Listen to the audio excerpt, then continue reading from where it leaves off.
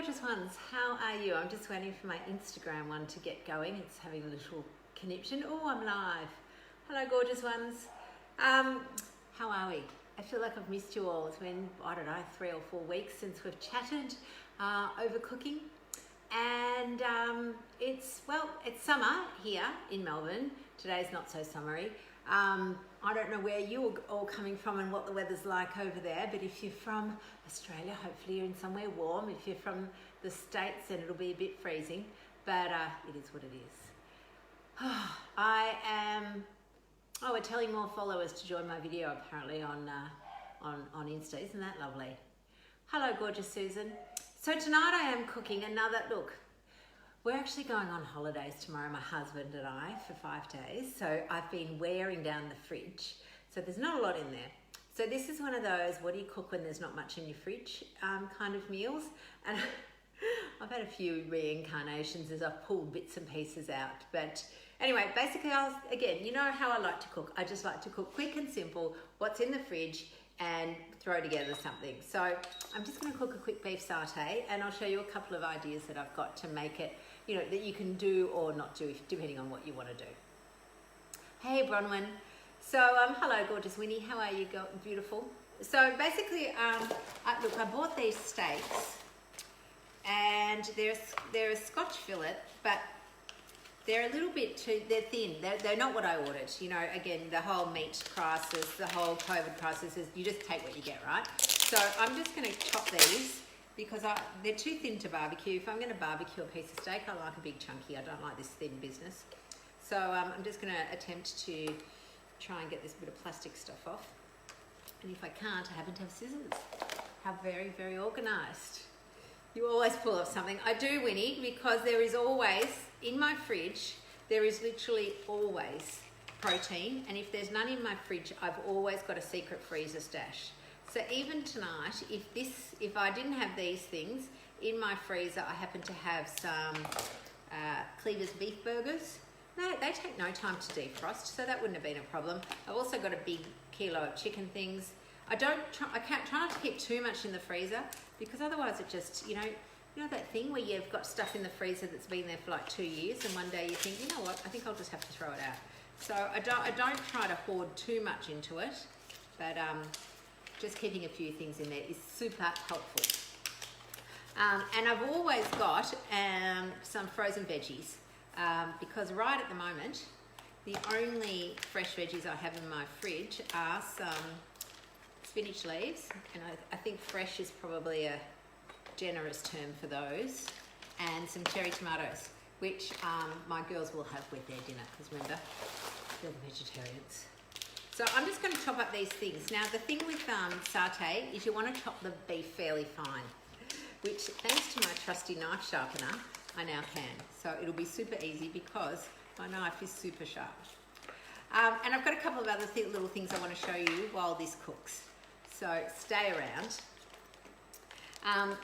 So I hope you've all had a fabulous break. Are people back at work yet, or are you still on holidays?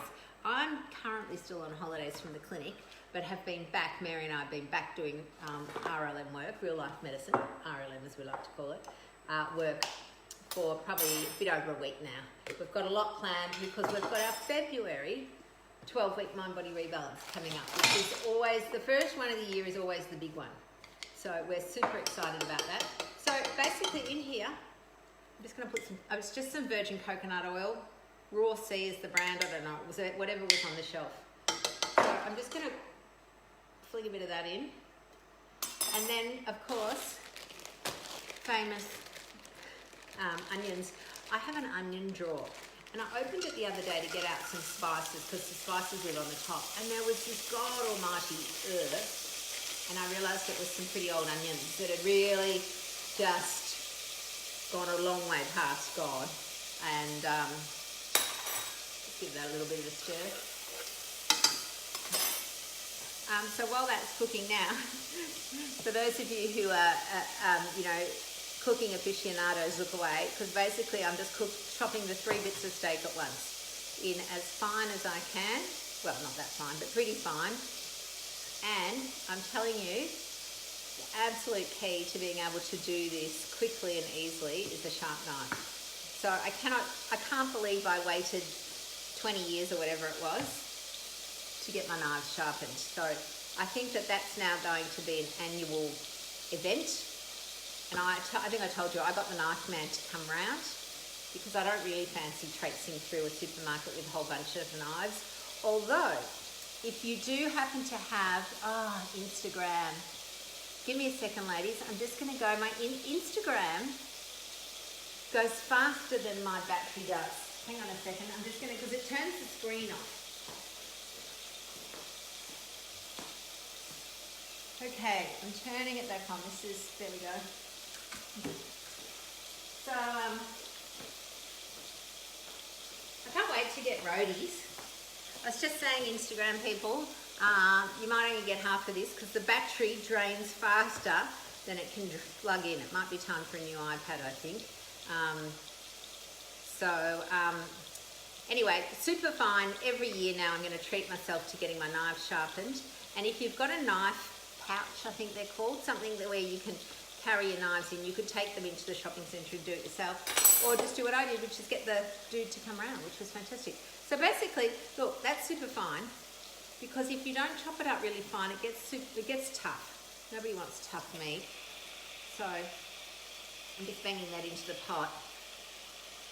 And then, to make it satay, as you know, what am I going to put in? Of course I'm putting in mingle. Now you can either put a satay in, which I happen to have, or if you don't have a satay, I use the curry in a hurry and add some peanut butter so that you can make satay, because the satay one is not available at the shops, but the curry in the hurry is.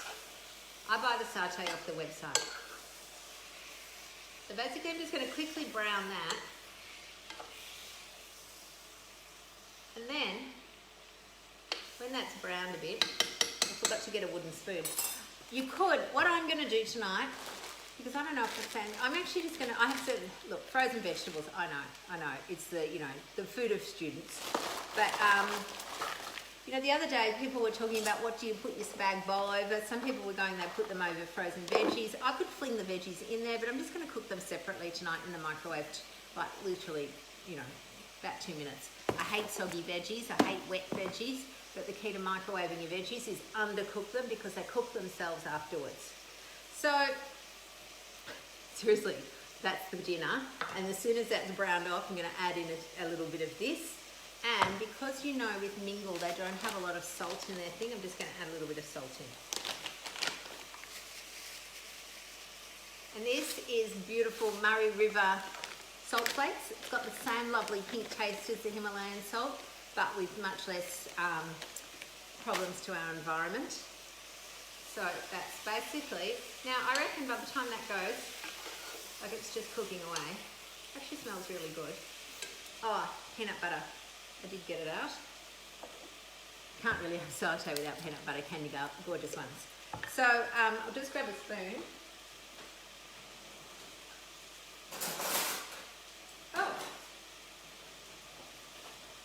Ta-da! Look what I just found. How handy is that? I love it when people don't put things away. The wooden spoons are supposed to be up the other end, isn't it weird? See, this is your brain for you. I called this a wooden spoon. It clearly doesn't have a scrap of wood in it. It's a silicone spoon. But everyone calls it a wooden spoon. If I was talking about a silicone spoon, no one would know what I was talking about. So, it's a really interesting, wooden spoon is a word that is, two nerve cells joined together, form a thought. That's all they are. And the thought that comes into my mind, wooden spoon. To change it, I have to work quite hard at it. And if I'm distracted, like talking to you gals, then wooden spoon just pops out. So I'm just going to fling in a little bit of peanut butter. I'm probably going to put 2 tablespoons in. So I reckon the key, gorgeous ones, to long-term low-carb living, because I know some people find it hard, is really to always make sure you've got protein in the cupboard.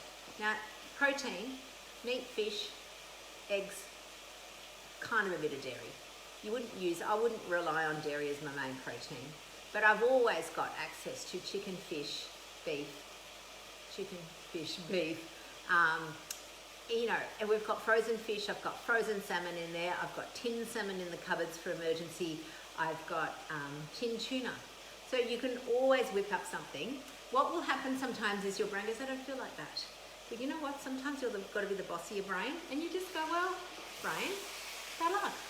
That's what we're having. It's good for us. And the other bit of your brain and your body will go, oh, thank God. Thank God she saw reason and fed me tuna instead of donuts. So I'm just going to let that brown off a little bit more. Probably won't need much, because again, if you overcook beef, it turns into, you know, leathery boots. So I'm just going to fling in the coconut oil now, turn the heat down, and I'm going to show you a couple of other little things that I want to talk about. I'll show you a picture of this at the end. Normally I would do it in a sort of a saute pan, one of those low level ones, but I'm just doing it in a little pot because I haven't replaced my wonderful chef's toolbox pan that got all damaged. And as you know, I tried the cast iron pan, but I hate it. It's too heavy, it burns everything. And I'm just never going to be a cast iron convert. Apologies to those that are. So basically I'm just going to put the lid on there, let it simmer through a bit.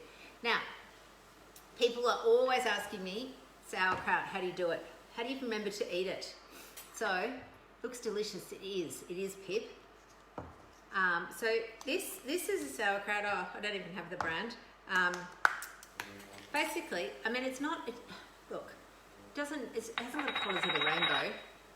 I'm going to tell you, fermented cabbage does not look super exciting. This one's got a scrap of carrot through it. But you know what? You can just do this, and you have it. Like you know how I'm always talking about fancy. You know when you go to very fancy restaurants, and sometimes they give you like this free little before. I don't even know what it is. It might be just like a little sort of bit of soup or something like that in a tiny little bowl, and you sort of drink it, being all grateful for the free stuff. Well, that's it. So I just put it in that, and I can eat that while I'm cooking. I will have it as a before, like before my dinner. If I'm having something where it goes well, so if you had some, say, lovely, maybe spicy pork sausages, you would have the sauerkraut with it, offsets it beautifully. If you've got a particularly, even bacon and eggs, because it's tart, it offsets the heaviness of fatty food. So it works really well there. I'm going to say it doesn't kind of go that well with the satay beef. So I would just eat it straight out of the thing, just like this. And it's yummy. It's zingy. So you only need that bit, just, 2 forkfuls a day, and you're done. So that's easy peasy. Second thing I want to show you while I was fossicking around, foraging for tonight's dinner, I came across these. Just going to bring them up close. Leftover Christmas food. Now I happen to know that my lovely mother-in-law bought these Christmas Day, and I hopefully put them straight in the back of the cupboard, and I forgot about them. However, one of my little darlings has had a go in there. So the old me would have gone, oh goody, snacks, nobody knew about them, I can scoff them, and if no one sees me, I didn't really eat them. That's how it goes, right? Wrong. What these are doing is they're going in the bin. These are rubbish. This is not food. It's absolute, complete rubbish, and only deserves the bin. I don't need to re-gift it. I don't need to repurpose it. I don't even need to feed it to the dog.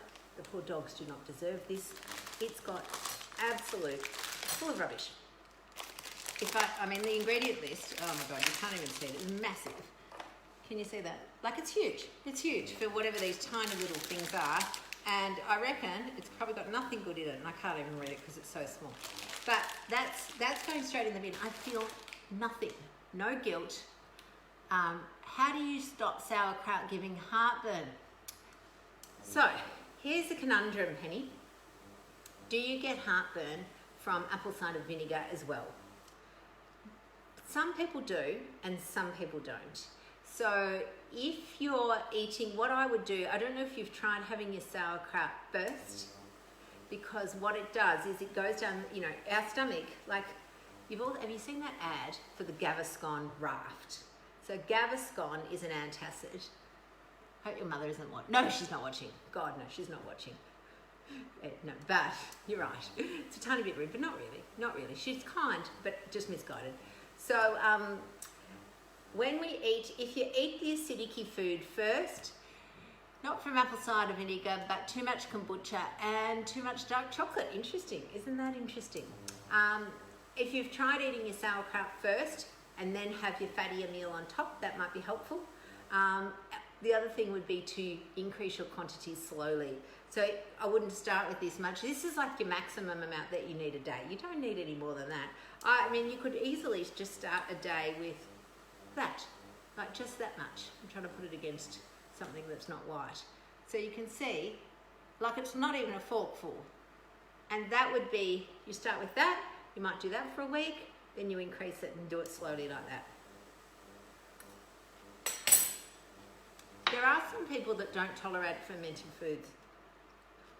I'm just sorry, mouthful of sauerkraut. And there are some people for whom histamines are a problem. So people who have a histamine problem don't tolerate fermented foods, and also don't. What if apple cider vinegar causes so much pain? Again, Leanne, I would go back to very small amounts first. So this is part of the problem of our gut health that has changed, is that, you know, the world, right up there in the top 3 drugs are your PPIs, your proton pump inhibitors, the drugs that stop us producing acid. So our body becomes, you know, it's like an acid virgin, doesn't know what to do with acid. It hasn't used acid, it's really got no idea about acid. So then when you have foods that have acid in it, the body goes, oh my God, I don't know what to do, and it gets all sad and hurty. So so the idea is then to introduce these things all very slowly again and get our body used to it. It's the same with people that want to come off their PPIs. Right, that's done. I mean, look, I'm going to show you. It's not that much to look at because it just looks like brown food. But PPIs, or proton pump inhibitors, which are all your Nexium, Losec, Somac, all of those, we develop a tolerance to them. So when you try to stop them, you end up with worse heartburn than when you started. So again, the idea with a lot of these medications is you have to wean them so dreadfully slowly that it feels tedious, but it's the only way for it to work. And you have to introduce any foods with acid in them so slowly that it feels tedious, but it's the only way for your body to adjust. Now, this beef dish, see that there? I mean, as I said, it looks a bit yuck, but look, beautiful beef, lovely. If I had smell-o-vision, you could all smell it. It smells divine.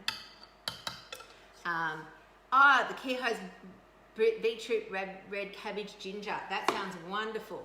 I bought the Kehoe's turmeric one, and I didn't like it. So I thought, oh, turmeric, hooray.